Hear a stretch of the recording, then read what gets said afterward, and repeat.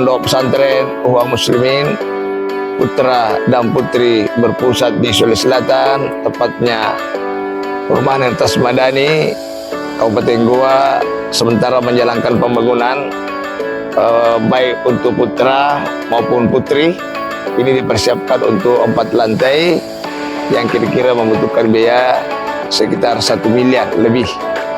Nah, di tempat ini juga akan ada pembangunan masjid 4 lantai khusus untuk putra, khusus untuk putri, khusus juga untuk mahasiswa. Dan di sini ada lapangan-lapangan bola, lapangan voli bagi santri-santri putra, dan ada kolam ikan, dan ada supermarket yang ada di dalamnya. Jadi harap bantuan kepada sahabat-sahabat saya agar dapat memberikan partisipasi. Semoga pondok ini bisa berjalan dengan baik pembangunan fisik maupun pembangunan material. Nah, oleh sebab itu, bagi sahabat-sahabat saya, para simpatisan, mudah-mudahan bisa menyalurkan sebagian rezekinya di Yayasan Uhwah Muslimin, yaitu BSI rekening 10546665225 atau konfirmasi admin 081 9372 91207.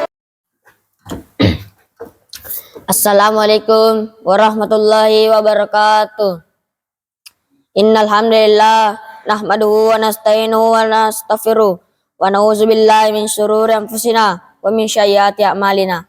May yahdihillahu fala mudhillalah wa may yudhlil fala hadiyalah. Asyhadu an la ilaha illallah wa asyhadu anna Muhammadan abduhu wa rasuluhu. Amma ba'd.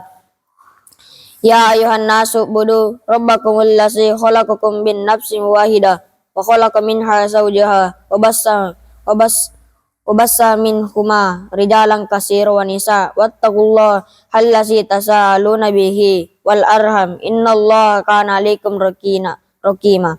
Ya ayyuhallazina amanu taqullaha haqqa tuqatih wa la tamutunna illa wa antum muslimun. Pertama dan paling utama, marilah kita panjatkan puja dan puji syukur atas kehadirat Allah Subhanahu wa taala, karena Ialah telah memberikan begitu banyak nikmatnya, antaranya nikmat kesehatan dan kesempatan, dan terlebih-lebih lagi nikmat iman dan Islam. Tak lupa pula kita kirimkan salat serta salam kepada Nabi junjungan kita, Nabi Allah, Nabi Muhammad sallallahu alaihi wasallam. Hadirin jamaah Jumat yang dimuliakan Allah, dalam suasana keceriaan dan kebahagiaan ini, marilah kita pupuk keimanan dan ketakwaan kita kepada Allah Subhanahu wa taala dan Rasulnya Muhammad sallallahu alaihi wasallam dengan jalan tetap menjaga syariat, mengimplementasikannya dalam hidup dan kehidupan, menjalankan segala perintahnya dan menjauhi larangannya, berakhlakul karimah, senantiasa beramar ma'ruf nahi mungkar dan penuh kasih sayang. Dan tidaklah kami mengutus kamu melainkan untuk menjadi rahmat semesta alam, tentulah bukan karena sekedar kebetulan atau bahkan hal yang dianggap wajar. Bila ternyata Allah Subhanahu wa taala mengutus Nabi Muhammad sallallahu alaihi wasallam dan agama yang dibawanya merupakan rahmat, merupakan kasih sayang bagaimana semesta alam, siapapun yang mempelajari sirah Nabi sallallahu alaihi wasallam akan dengan mudah menemukan bukti hikmah kasih sayang Islam.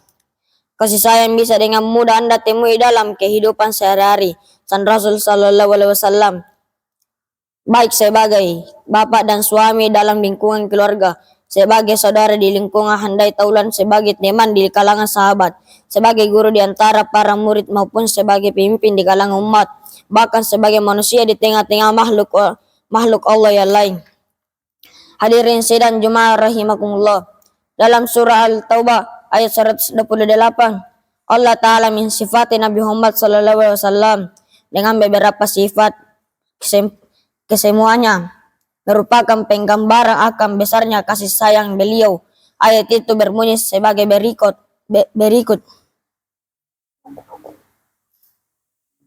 Sungguh telah datang kepadamu seorang Rasul, kaummu sendiri berat terasa oleh penderitaanmu, sangat menginginkan keimanan dan keselamatan bagimu.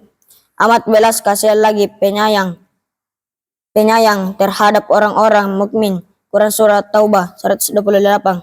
Dalam ayat itu disebutkan bahwa Rasulullah SAW adalah orang azizun alaihi ma anitum, yang merasakan betapa berat melihat penderitaan kaumnya, dan harisun alaikum, yang sangat mendambakan keselamatan kaumnya, dan Ghafurur Rahim, pengasih lagi penyayang terhadap orang yang beriman. Penderitaan kaumnya terasa berat sekali bagi Rasulullah SAW, baik penderitaan itu dialami di dunia maupun di akhirat kelak. Oleh karena itu Rasulullah SAW begitu haris dan penuh perhatian dan sangat mendambakan kaumnya. Jangan sampai menderita hal ini dapat dilihat dari sikap dan sepak terjang beliau dalam kehidupan dan perjuangannya. Bagaimana beliau menyantuni dan menganjurkan penyantunan terhadap kaum dufa.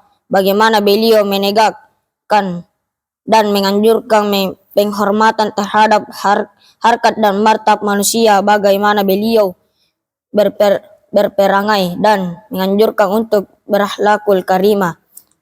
Bagaimana beliau tak henti-hentinya melakukan dan menganjurkan amar ma'ruf, nahi mungkar dan sebagainya. Khusus tentang amar ma'ruf, nahi mungkar, bahkan menjadi ciri dan tugas Nabi, juga diharapkan menjadi ciri umat.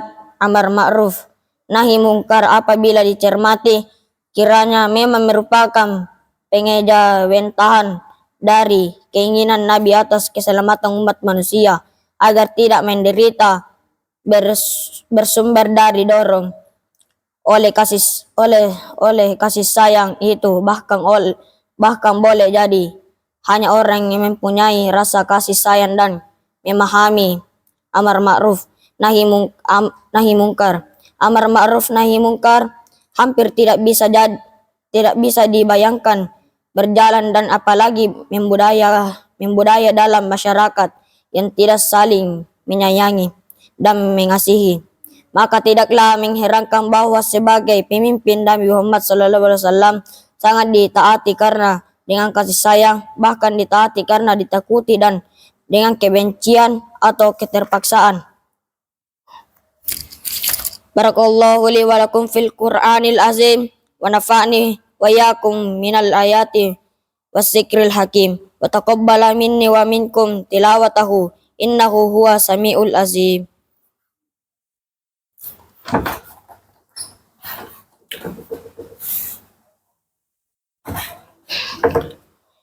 Alhamdulillahillazi hadana li hadza wa ma kunna linahtadiya laula an hadanallah. Asyhadu an la ilaha illallah wa asyhadu anna Muhammadan abduhu wa rasuluhu, amma ba'd. Baik, kepada kesempatan khutbah kedua kali ini, marilah kita tundukkan kepala kita, meminta ampun kepada Allah Subhanahu wa taala apa yang telah kita perbuat selama ini di dunia ini maupun yang disengaja dan tidak disengaja. Allahumma ighfir lil muslimina wal muslimah wal mu'minina wal mu'minat al ahya'i minhul anwa innaka samiul qarimun mujibu da'wa ya khairul hajat. Rabbana atina fid dunya hasanah wa fil akhirati hasanah wa qina azabannar. Rabbighfirli wa liwalidayya warhamhuma kama rabbayani shaghira.